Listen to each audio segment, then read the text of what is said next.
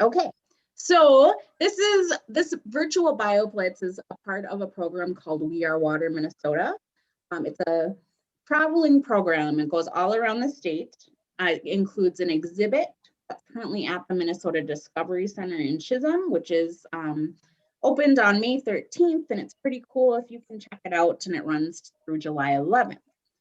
And it's sponsored by, it's kind of co-hosted by us at the North St. Louis Soil and Water Conservation District, but it's at the Minnesota Discovery Center. And the whole program is run from the Minnesota Humanities Center with a lot of support from the Clean Water, Land, and Legacy Amendment, Minnesota Department of Natural Resources, Pollution Control Agency, Department of Health, Minnesota Historical Society, and just a lot of partners statewide. And we've been working with a lot of local partners too. And so in coordination with this We Are Water program, what we wanted to do, because social distancing, you know, it's opened up a lot, but we decided to do like a virtual BioBlitz that are focused on areas that are good water locations kind of across the Iron Range, kind of more the Mesabi Iron Range, and try and get people to document what they find, because there's some really nice water holes or, you know, parks in Hibbing and Chisholm and Virginia, but not necessarily as many iNaturalist observations in some of those places. So just trying to get this as a way for people to connect with nature and the outdoors and water a little bit more. So again, the We Are Water Minnesota, it's about exploring the relationship Minnesotans have with water and learn what both science and the humanities can teach us about the amazing resource. So not just science. The traveling exhibit examines water issues statewide and in local communities through personal stories, histories, and the scientific information, and strengthens Minnesotans' relationships with water, exposes visitors to new perspectives, and increases participation in water stewardship and activities. And then we have kind of like before I go to that, so we've kind of picked locations for where to hold the BioBlitz. So it's not, you know, all of northeastern Minnesota. It's not everywhere. We tried to kind of go close to some water bodies. So in Hibbing, there's Maple Hill Park, there's Carey Lake Park in Chisholm. It's around Longyear Lake. In Virginia, Silver Lake, and Eveleth is Ely Lake, the Gilbert Pit, and then up a little bit farther north, there's some more, you know, Hoyt Lakes and Bowabic area, and then also Sedan Underground Mine State Park, and or Lake Vermilion, Sedan Underground Mine State Park, and Lost Lake SNA, which Erica is very familiar with.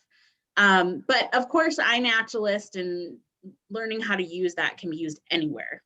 But for this specific project running through July 11th, we're focusing on these areas. And so this is just a snap I took from today, where we've got a lot of observations already in the state park and the SNA, a couple in Virginia and Eveleth, and one down in the Saxon Bog at one of the boardwalks down there.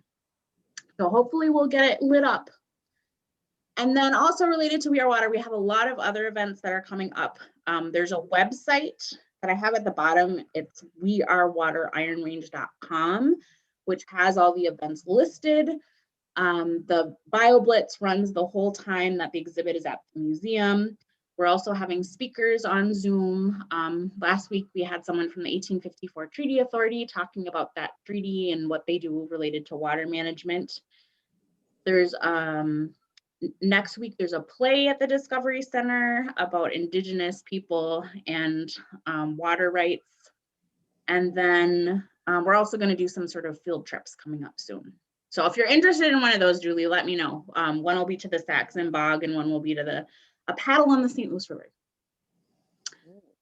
Yeah. So with that, there's that link. I can send that out to you too, where it's just kind of a one go-to place if you want to see what other things are going on in connection to this. Yeah. And then I'm going to hand it over to Erica so that she can talk more about iNaturalist and how it works with the SNA program, and also translate to a lot of other projects. Alrighty. Okay.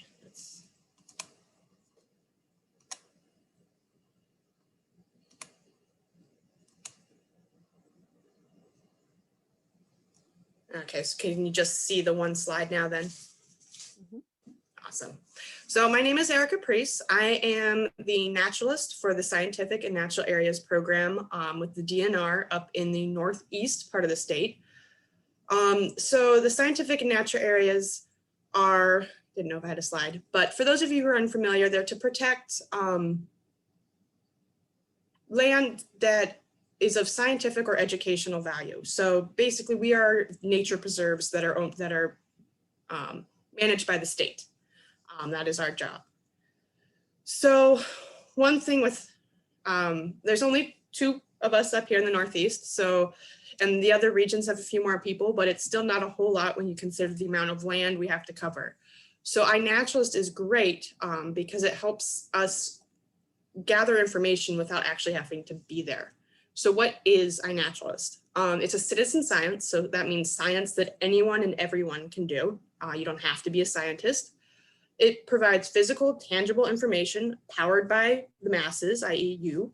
It connects experts and enthusiasts. So those who like to go out and see but don't know, connects you with the people who do know. And of course, it's tons of fun. So what I'm going to go over real quick is how to take identifiable pictures, how to get your observation onto iNaturalist, and then what else you can do with iNaturalist. So of course, getting your pictures on, taking a picture and putting it on there is only half the battle. You have to be able to take a picture that somebody can actually look at and say, yes, I can see these features and I can tell you what this organism is. So first of all, try to get it clear and not blurry, which, you know, sometimes is easier said than done when taking pictures of living organisms. Try to catch the key identifying features of that organism, which I'll touch on a little bit later. Multiple pictures is always helpful if you can do that. The pictures, remember the pictures are for identification, it's not an art competition. It doesn't have to look super pretty. I mean, if it does, it's kind of a plus, but at the end of the day, a nice picture of this beautiful landscape is not going to be very easy to identify those trees that are way in the background that you want ID'd. And at the end of the day, a bad picture is still better than no picture. So even if it's kind of blurry, depending on what organism that is, somebody still might be able to ID it, or at least get you close. So iNaturalist has a guide on how getting good photos for identification. So if you were to go to their website and just kind of put that in the search on their website, they'll give you some good tips and tricks. That's also a link, iNaturalist.org/guide/2465. But like I said, you can just search for that key. And then I'm just going to go over 3 main taxa groups that people really like to take pictures of. So with plants, specifically flowers, multiple pictures are normally a must, because when it comes to plants, usually you can't get all those key identifying features in one picture, especially if you're thinking about like a tree. The leaf is important, but also is the bark. And it's difficult to get all of those things in one picture. So multiple pictures is very helpful. One of those pictures, if you could get a picture of the whole plant, silhouette can be helpful. Plus, if you're getting a picture of the whole plant, you're also getting a pretty decent idea of the size of the plant. Close-up of the leaf, the shape of the leaf, how the leaf is, if it's toothed or not, if it has the way it has veins, if it has any hairs or woolly fuzz on it, if you can capture that in a picture, that can also be helpful. If you've got a flower or the fruit on it, most organisms are go to species based off of those reproductive parts. So if there is a flower or fruit, that's usually very, very helpful. Another one that you might not think of is how the leaves or the branches are arranged on the plant. So not just a picture of a single leaf, but also a picture of the group of leaves and the branches and how they attach to the plant, whether they're opposite, so 2 on either side of the stem, or alternate, or whorled, or how long the stem is of the leaf as it attached to the plant. Does it attach all the way around the stem? These are all things that can help somebody identify that plant. Another thing with plants that I've seen a lot is make sure it's cropped, or at least somehow circle what plant you actually want identified. When you're taking pictures of these plants, a lot of times there's a lot of other plants in the picture too. So just making sure it's clear which plant you want identified. So birds, these are ones I don't take a lot of pictures of because they can be really tricky. They tend to be far away and don't sit still very long. But a few things you want to try to capture, the color and shape of the bird, right? So if you can get a good silhouette of the whole bird, if the head has different colors than the rest of the body, making sure you capture all those in a picture. Details of the face, some of the scenery around it can be helpful because that can, habitat or what it's eating can also signify a specific species. And then when you're taking the picture, it's best to act normal. Don't sneak or try to, creep up on them because that makes you look like a predator and they're more likely to fly away. If you're trying to take a picture of a bird that's in flight, point your camera at the bird, getting it in the middle of your viewfinder, follow it with your whole body, and then take a picture. And you're more likely to be able to actually capture the bird in your photo. And then mushrooms are becoming a lot more popular. Mushrooms can be really weird, some of the things that you need in order to identify a mushroom. So pictures of both the top and the underside if it has a cap, because on the underside, whether it has gills, teeth, or pores, or if it's flat, or how the gills are attached, those are all things that are very important to identification. Same with the stem. And then really important is the substrate. There's two mushrooms that look almost identical at a certain stage in their life. And one of them, I forget what the other one is, but one of them is destroying angel, which is one of the most toxic mushrooms around. And it's pretty unassuming looking. It's this little white mushroom. But I believe one of them grows on decaying wood and the other one grows out of the soil. So, but if you've got, so knowing that is helpful because they might look very similar, but knowing that, but you still have to be careful because there could be a piece of decaying wood under the soil. So again, don't ever eat a mushroom unless you've had somebody very, very qualified assure you of what it is.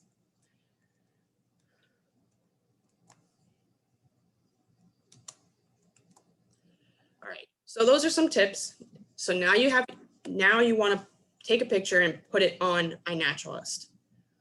So there are two main ways you can get a picture of something on iNaturalist. You can either use the mobile app or the website.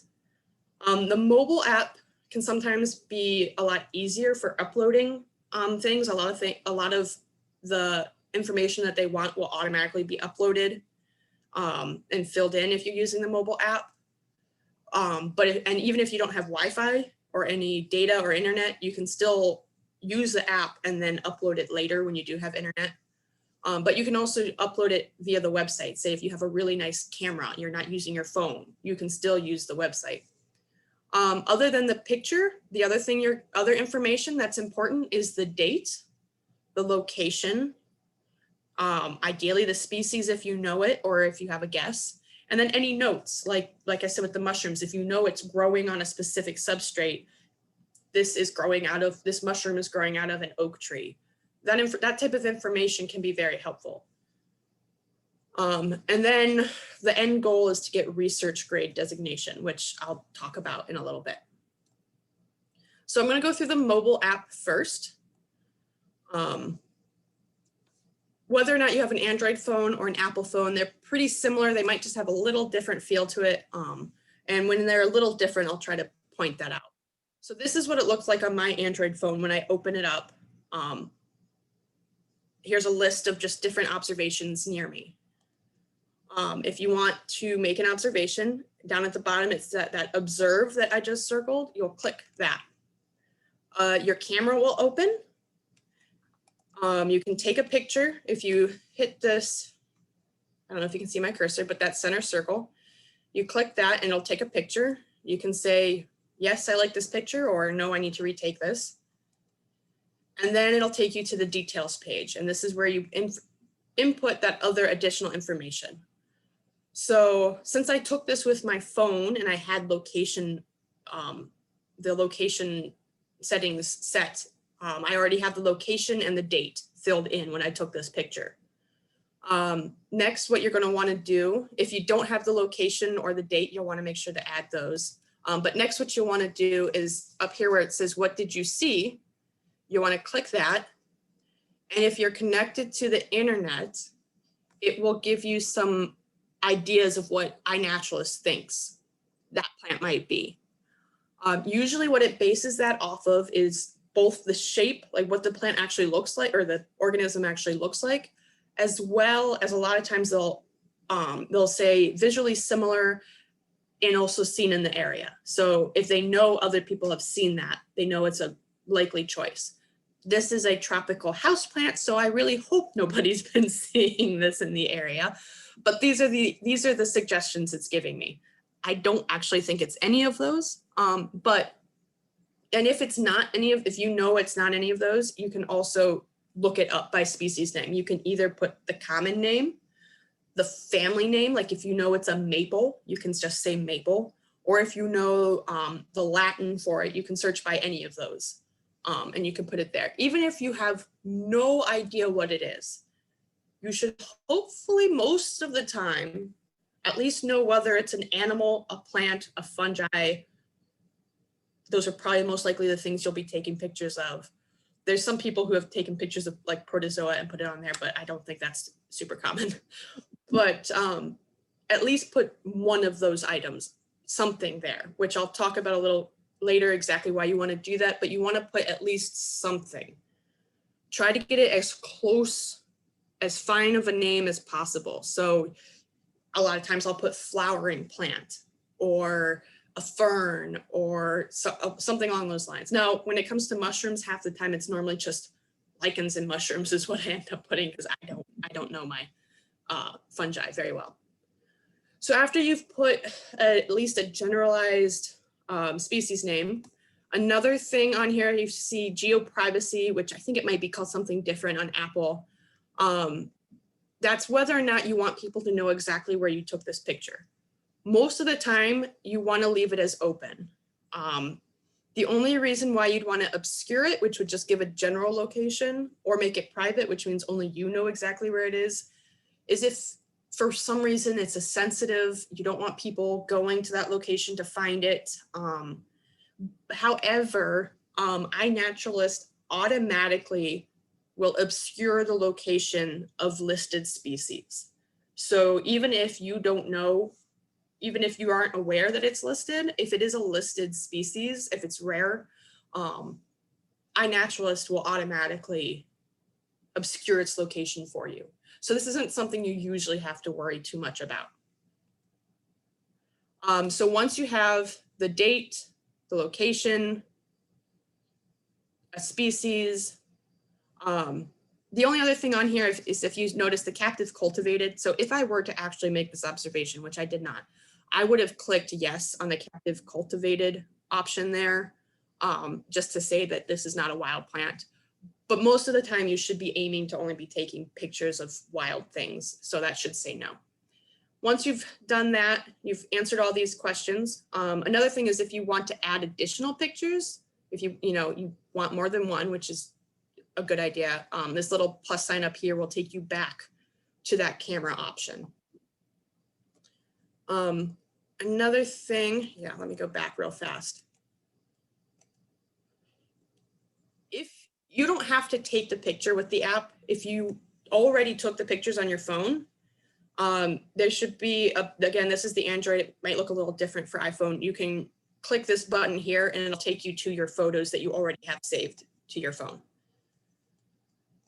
So that's kind of a quick on how to do it with the app.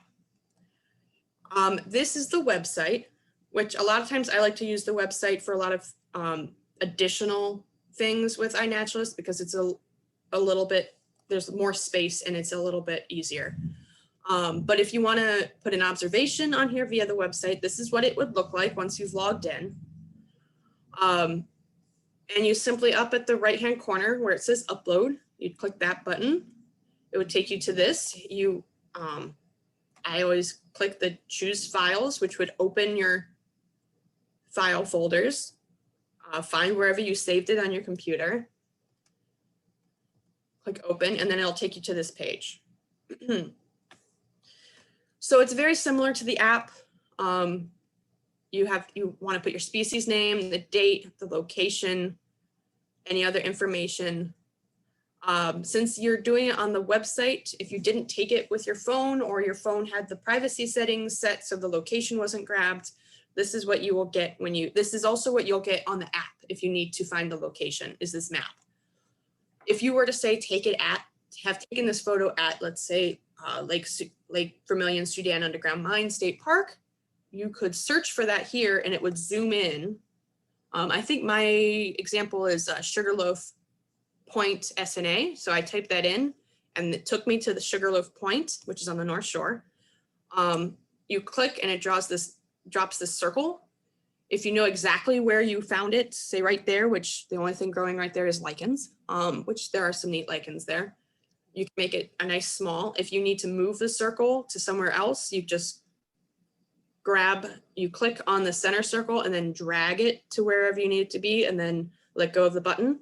If you need to make the circle bigger, say, well, I know it was somewhere in here, but I can't remember where. You can make the circle cover that whole area. That's also another way to make the location not so specific if you don't want people to know exactly where it is. And then once you're happy with your circle, then you just click update observation and it'll fill in this location box here. Once you have all that info filled in, you can hit submit one observation. Well, that's because I have one. You can upload, on this option, you can upload multiple pictures. You could have multiple observations, or if you have, let's say I had a second picture of this fern, if I wanted it under one observation, which is ideal, I would just click it here, hold on to it, drag it, hover it over this, let go, and then those two pictures would be in the same observation.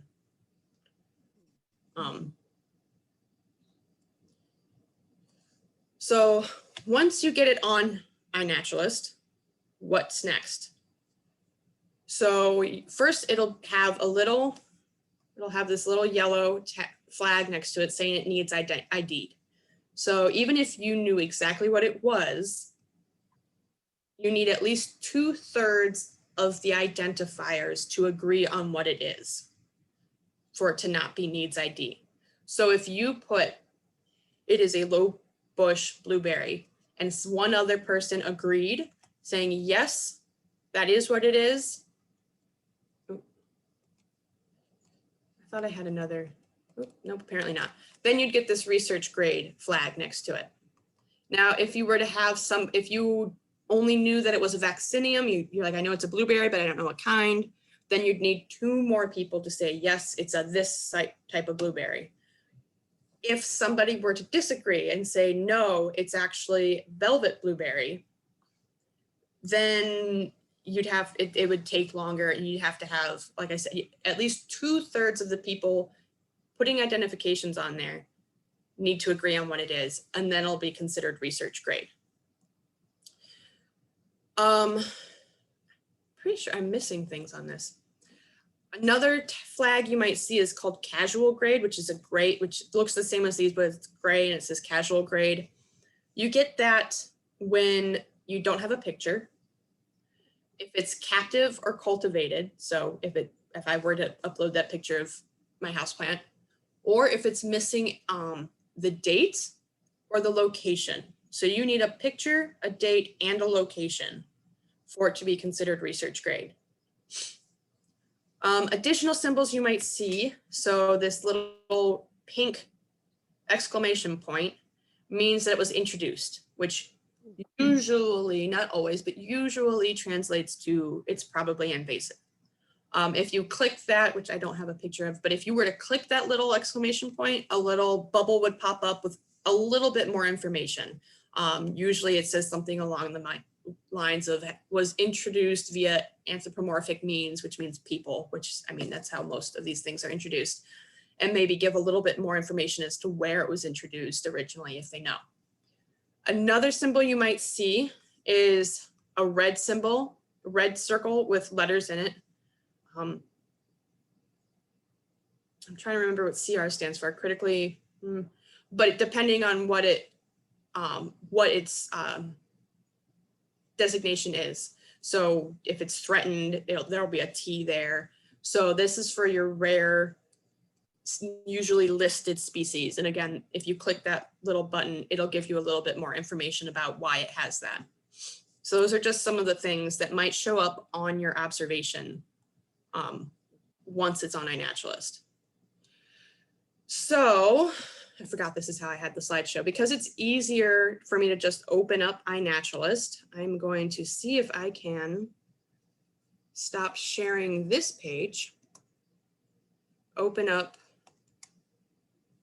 iNaturalist, and show you some of the additional fun things you can do with iNaturalist.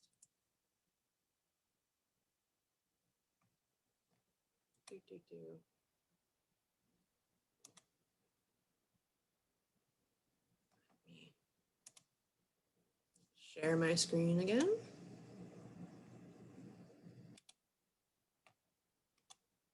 Alrighty, can you guys see the iNaturalist homepage now? Awesome. So I think the main thing that's important for these BioBlitzes is the projects. So when you look at this page, these blue tabs here are more about you and your profile. So here's your actual profile. These are your observations. There, I don't usually use most of these. If you have joined a project, it will be here. Whereas these tabs up here are more for iNaturalist in general. So if you want, so those guides that I mentioned, like the just general how to take better photos, you could go here and that's where you would search for that guide, as well as a bunch of different guides. I have made a few plant guides for the Northeast SNAs. So if you're ever visiting an SNA in the Northeast part of the state, you can go and find a guide, most likely for plants for that SNA. You can also find these guides on the app as well. So that's kind of neat. If you're out there and you're like, I don't know what this is, you can look at the guide, and at least those are the plants that we know are out there at that SNA, that have been seen at that SNA. Doesn't mean what you're looking at is something that we've seen there before. So, but that's where those guides are. So I'm going to open my projects. Aha, and here is the We Are Water project, because I already joined it. Now, if you haven't joined it yet, and you go to community and go to projects, this is where you can search for it. So let's see. Water. Let's see if it works. Yep. And so there it is right there. And you would click on it. And right here where it says leave, since I'm already part of the project, it would say join, and you would click that, and that's how you can join the project. But this is the page that you'd go to. And so another key thing with projects, how projects are now set up on iNaturalist, you don't have to do anything specific for your observation to end up in the project. Before, you used to have to specifically say, yes, I want this observation in this such and such project.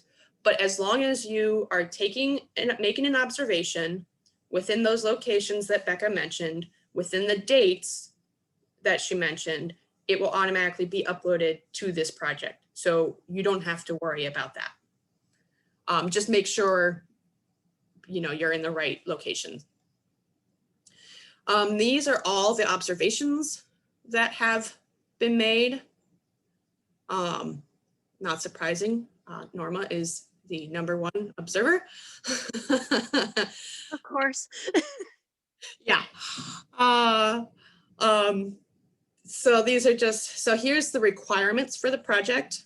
So here's the locations. So if you weren't sure, if you didn't quite catch all those different locations, here are, there's some lists, as well as here is the map of locations. Those orange, I believe those orange outlines are the locations. Those red dots are people's observations, or those red squares are people's observations. So that'll give you an idea of where to go. It's anybody can do it, any grade, any type. Another thing you can do with iNaturalist, you can actually upload recordings, so which is really helpful for things like birds and frogs. If you're out there and you can't see it, but it's loud enough that your phone will pick it up, you can record it with the app. So a lot, if in the app, when you hit, observe, it might ask you, do you have a sound bite? Do you want to record, or do you want to take a picture as well? There's been some updates to the app since I made the PowerPoint as well. And then here's the dates that you need to do it within. One thing I like with the projects, because you can participate without actually going to those locations, because the other half of this is these things need to be identified, and they need to be identified by multiple people. So you can go to, my favorite thing is to go to stats, which this is something that's also helpful for the SNA project. We do these self-guided BioBlitzes for the SNA program as well. If you were to go to our Facebook page or our calendar, you can find when we are having those.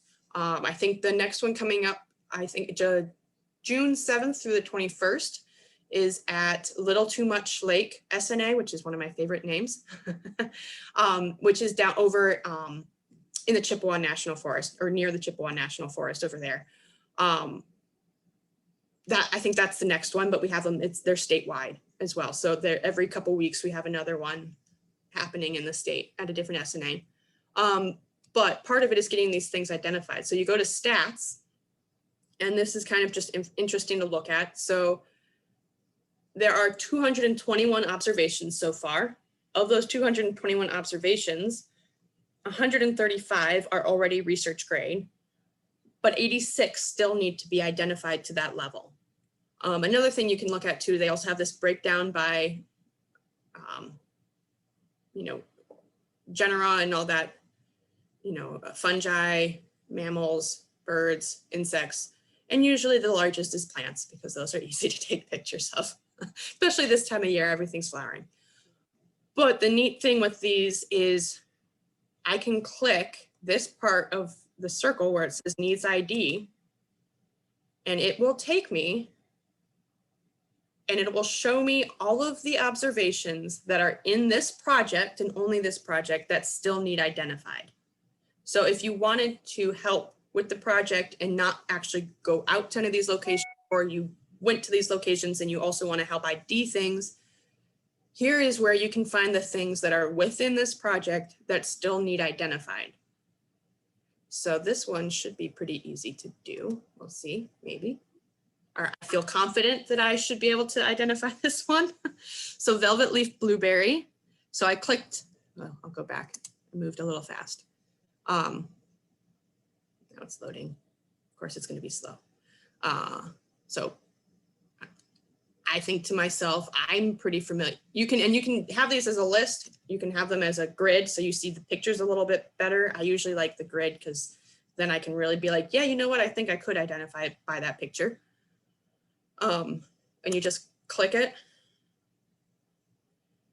Takes you to this page with a bit more information. So it has the location of where it was observed, the date it was observed, also the date it was submitted, because you don't have to submit it the same date you observed it. She already, when she uploaded it, she was pretty positive she knew what it was, which is not surprising again. And so she's got a couple pictures. So this is a prime example of very good pictures for putting on iNaturalist. So we've got a picture of the whole plant, so you can kind of get an idea. Because I mean, when I'm out walking and I'm seeing these plants, I notice them from afar. So it's helpful to just, I know for my mind to work, it's helpful to see the plant as a whole. But with this particular plant, velvet leaf blueberry, not surprising, it has this velvety, these velvety hairs on the stem and the leaves. So this is a very good identifying picture. So I agree that this is velvet leaf blueberry. So I can either hit agree or say I didn't think it was velvet leaf. I could suggest an identification and type in, let's say I thought it was low bush blueberry. Maybe low bush is one word. Yeah. I could click that and then I'd hit done, and that would be, then it would be listed underneath that. And then it would most likely, when you were to, if someone else were to come along and look at that list of plants that need ID'd, it would no longer be listed as velvet leaf blueberry. It would just be listed as a blueberry because there is a discussion as whether or not it is that blueberry. However, I agree. So I'll hit agree. And it takes a second. Apparently, my computer seems to be, it doesn't want to be working at this hour of the night. And now it is considered research grade because 2 people have agreed on it and there's nobody saying, hey, no, that's not what it is. You can also, if you look down here, and then here's the 2/3 bar info. You can also add like different phenology. If you knew if it was a male or female, which is blueberry, doesn't matter, but sometimes birds. If it was in flowering, which it's not really doing anything right now, you could put that information. It's interesting, but not important.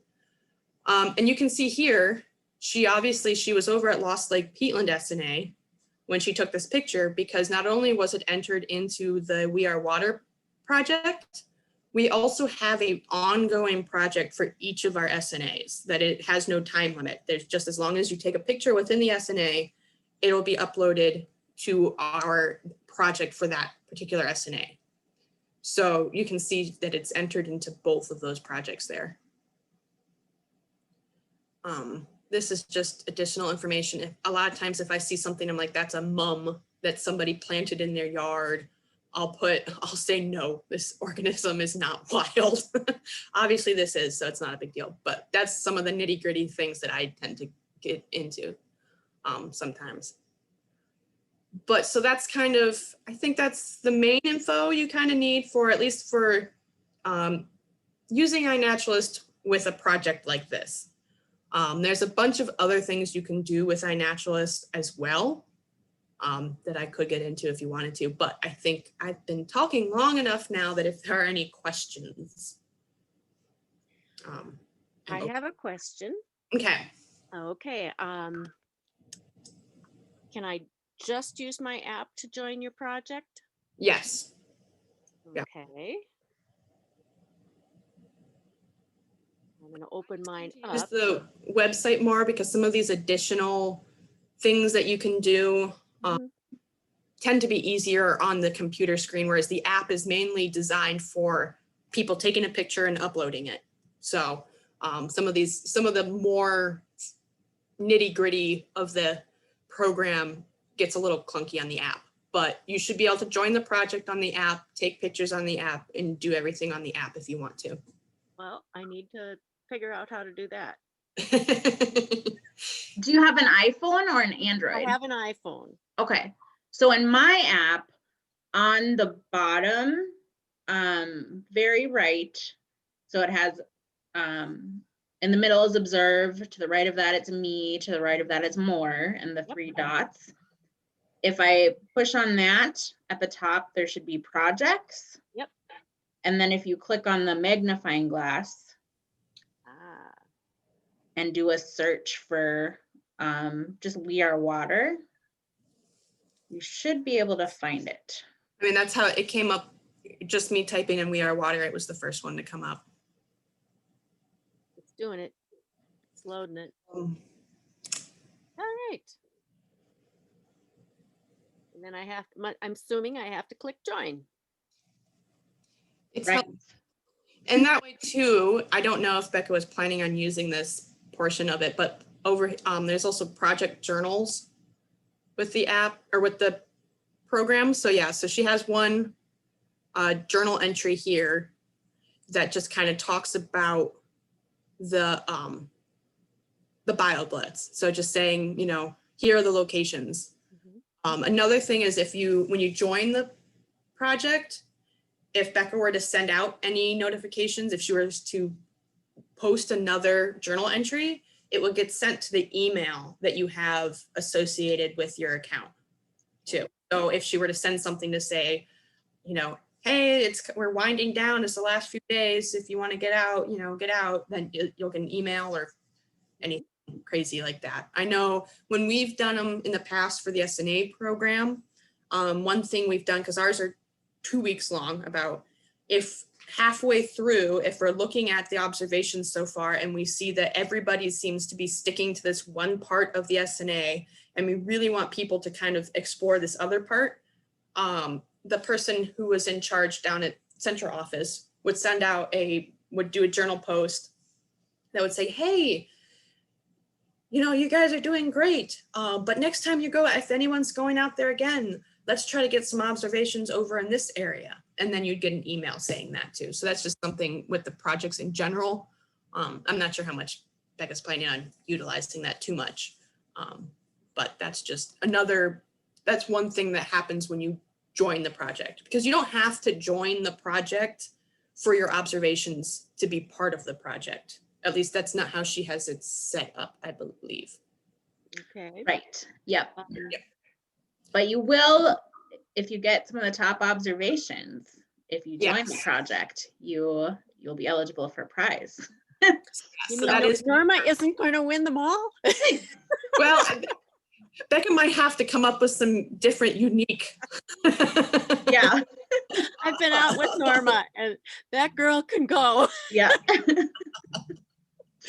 Oh, goodness. It's definitely and even with the SNAs, some of our northern peatlands, there's like a bunch of, it's like, oh, wow, we have quite a few observations. Oh, it's all Norma. Which is great which is helpful for us, because those are places we just don't get to very often because they're not easy to get to. So she does that little bit of work for us, which we are very thankful for. Pretty awesome. Yeah. I wish I could keep up with her.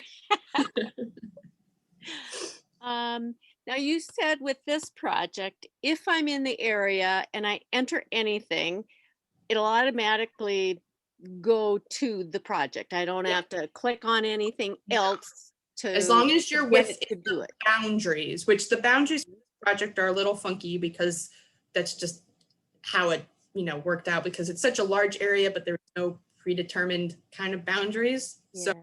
I want, this is water, so focusing on those water locations. Mhm. So just making sure you're within one of those places, which again, if you go to the project, which I had here before, it says the locations somewhere. Yeah, it was in the journal. Yeah. It was in the journal. Yeah, most of them are parks. And also down here, there's a map, an actual. So when you the overview, I was over in stats, but just the general overview, there's also the map there too. Okay. Yeah. Sometimes if I don't have cell coverage or something, I end up taking pictures and whatnot. And then I come home later on and I do it. And I have, I've kind of figured out how to go back and find things on a map and click that's where it was. So I guess that I can do that. I can figure that out. What else would I need to know? If I do it with my cell phone, I know the date and everything is already on there, and it just automatically takes care of that when I do it. What about, now for your project right now, you've got a time span that it needs to fit in. There is another project I want to be a part of, and I'm curious if I've done a lot of entries toward that are for that project, if they have to be in current time, or if you can add observations to a project, an ongoing project from the past. So speaking to this particular project, as long as you took the observation during this time frame, Yeah. even if you enter it after, like say you took a picture today, forgot it, didn't enter it till July 15th, as long as you said you observed it during this time period, it'll go to this project. Now, if it's a project without any time frame, it doesn't matter when you upload it. It's just since this project is tied to the exhibit, it's during the time frame of the Yep. exhibit. Whereas, like I said, the SNAs each have their own ongoing Mhm. project. There is no time limit. Let me open up one of those. Okay, so if I had been in an SNA in the past and made an observation, can I still get it into that project? Of course, you said There's no time frame. So when you go down here, so this is one for the Lost 40 SNA. Mhm. And the only stipulation is that it's in the Lost 40 SNA. Can be Okay. one, can be any taxa, can be any quality, any media type, any date. And I'm not really sure what establishment means, to be honest. But so it doesn't matter when you took the picture, when you upload the picture, it'll show up. Mhm. As you can see, the main trail goes Okay. here. So that's the Lost 40 SNA. Okay. It is important to try to get the date of observation as close as possible, because it also ties in the phenology, Yep. which is useful information. It's because I've done that where I'm like, I don't know when this such and such tends to bloom at this location, because between microclimates and I'm actually originally from Northeast Ohio, so things bloom a little bit earlier there than here. I have gone on iNaturalist and searched for certain flowers at certain locations and seen when the dates were that people were taking pictures of them flowering, to get an idea of, oh, this is about when I can expect Mhm. these things to be flowering. You can also do that with birds. When do you think the hummingbirds will be coming back? You can go in there and look and see when people started making hummingbird observations. If you really want to get into that, eBird is another app I do use eBird. that has a lot more things with it that are bird specific. And I don't use eBird because I'm not a birder, because I like things that don't move. Pictures of, so I'm taking pictures of those flowers Okay. and those mushrooms.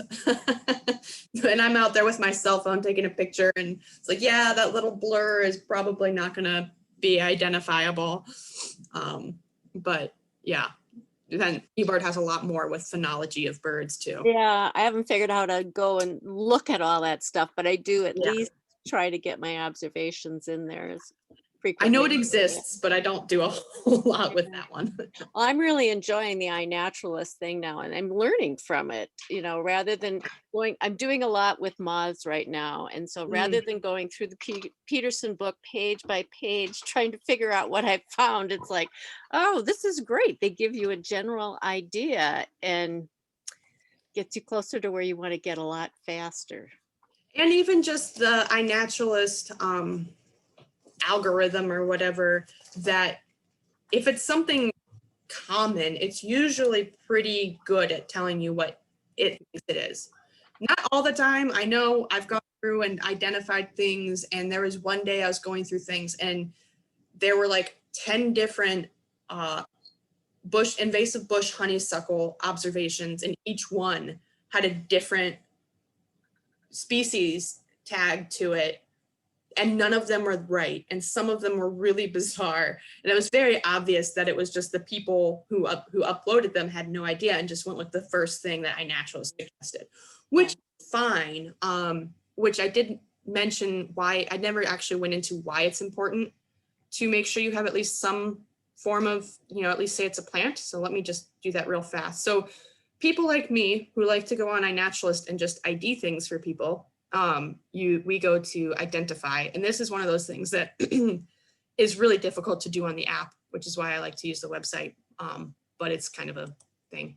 So I go to identify, and then it shows me, it takes a minute, all of the things that people have observed that need to be identified, which you have to be careful because this is a global project, a global program. So like this thing, well, this one's actually in the United States, but it's over in California. I've had things show up from like the Philippines and whatnot. So you get a little excited and they're like, oh, wait. So if I were to come here and I want to identify things, obviously this is too much for me. Most of the stuff I'm going to have no idea.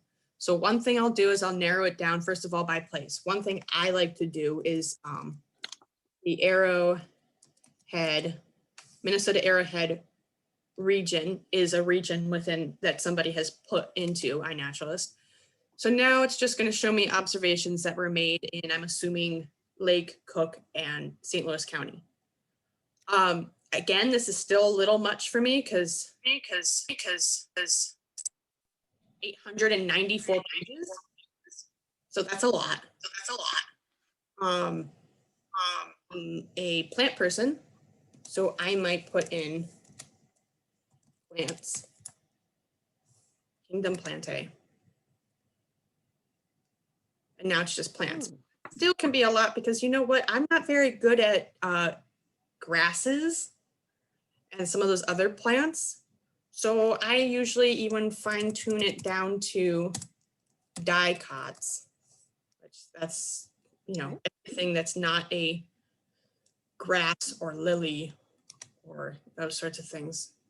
So now I'm a little bit more in my zone of likely to be able to identify these things. Now, one thing I did get rid of was that blue bead lily because that's a monocot, but anyways, or I might do it by genus that I was comfortable with. But you can see if you didn't put anything, you didn't even say it was a plant, right off the bat, when I typed in plants up here, I wouldn't even see it because it wouldn't be classified as a plant. So putting that, getting it as close as possible helps you have a better chance of somebody identifying it. Because if there's people on here who are comfortable with making identifications, they usually narrow it down to what they're comfortable with.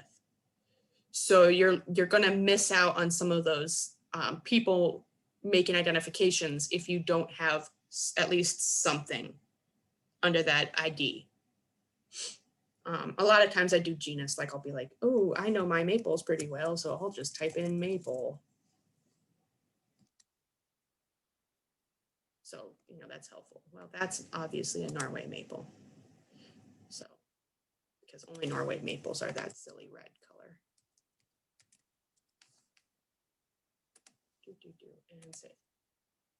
Now we just need one other person to agree with me, and then it'll be research grade and it'll not be in this needs ID area.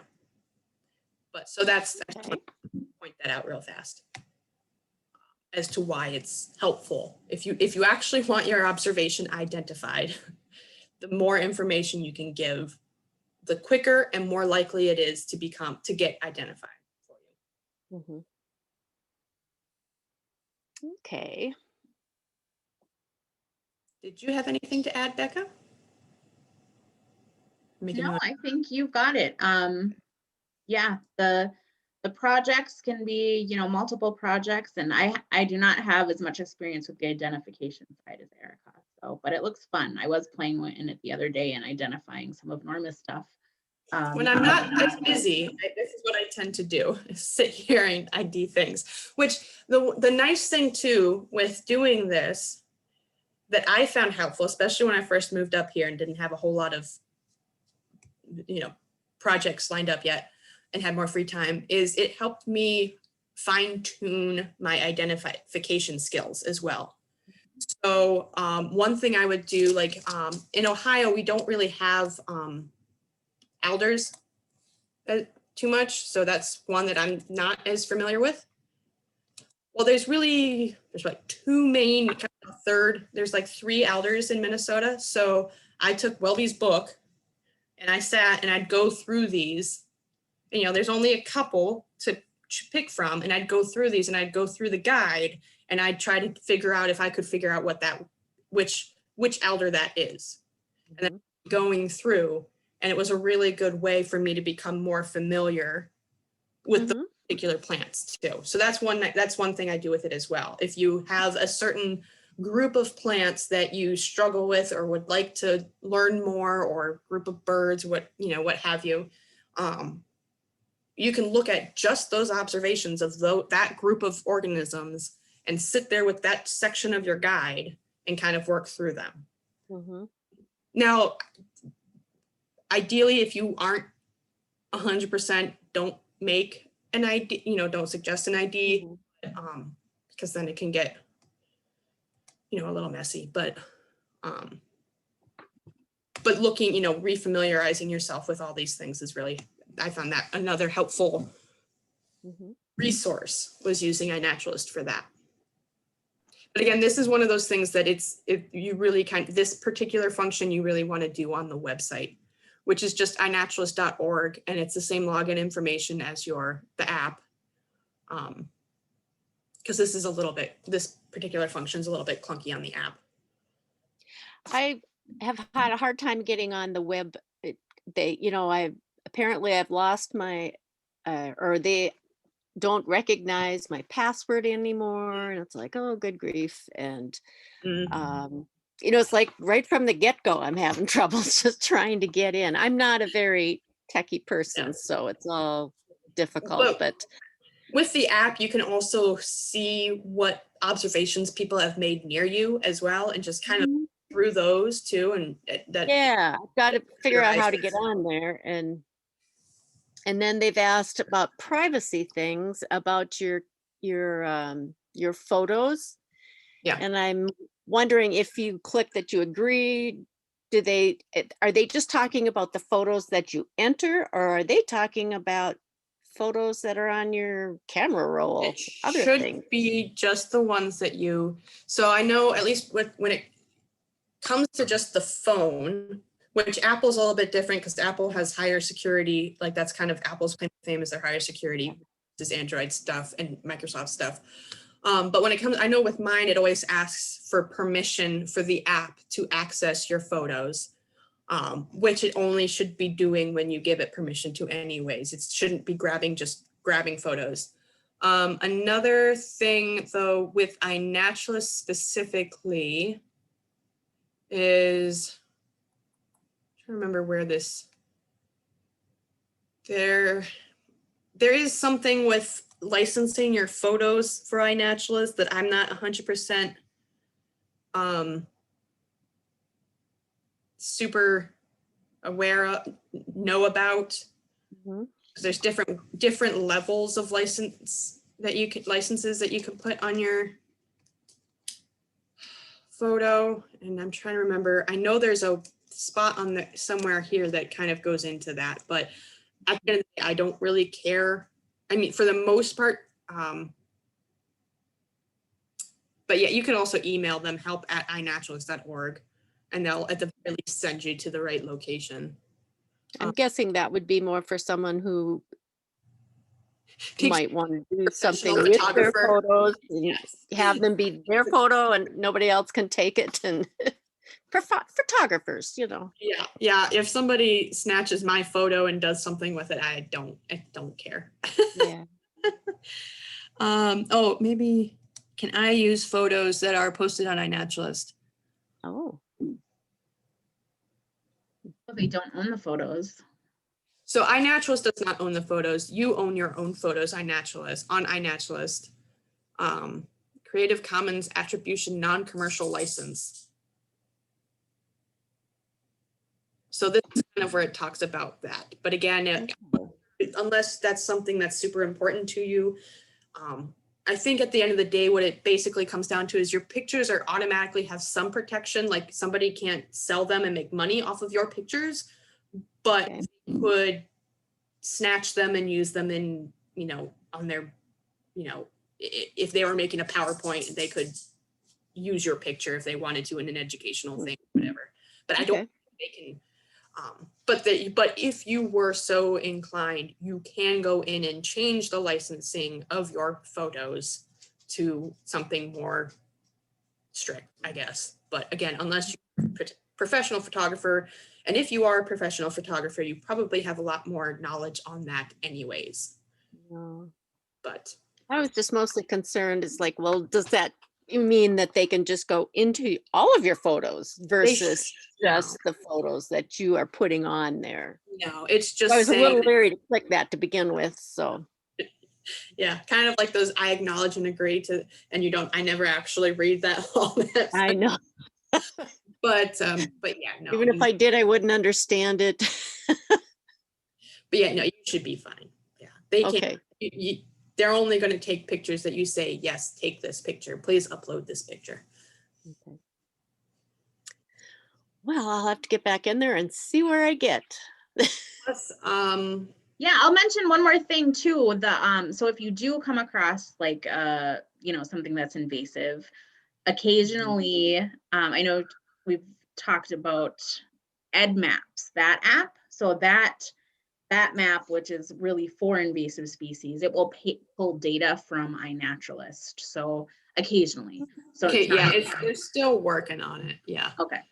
I Okay. think at first they were kind of like snooty, like, no, we're different than iNaturalist. We're more scientifically based. Because the thing with EdMaps is they have to have a certified scientist, somebody who is known to be an expert in that particular area to identify that plant. It can't just be anybody. Whereas iNaturalist, they aren't checking your credentials before you identify these. But then just I wanted to mention too, that iNaturalist is based, it's National Geographic and the California Academy of Sciences are the people behind iNaturalist. So they're, at least I consider them pretty solid entities.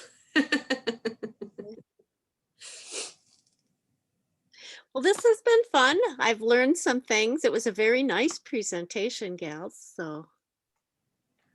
Great. Yeah, we're glad you could join us. Always excited Yeah. to talk about iNaturalist. Yeah. I'm tickled that I've been using it and I finally got it to work, so. Good. Yeah. Yeah. I will, I'll send you an email with the link to that website, and you've already joined the project, so you're good to go there. But if you have any questions, feel free to let me know. Okay. Yeah. And I will. beat Norma. They don't have to be in these fun. It would take me another lifetime. Yeah.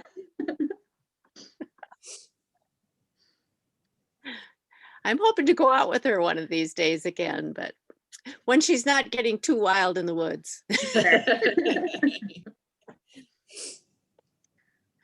All right. Well, Well, we'll let you go then. And thank you, Erica, for coming. Thank you, Julie. And yeah, have a good night. And I might do with some of the We Are Water events.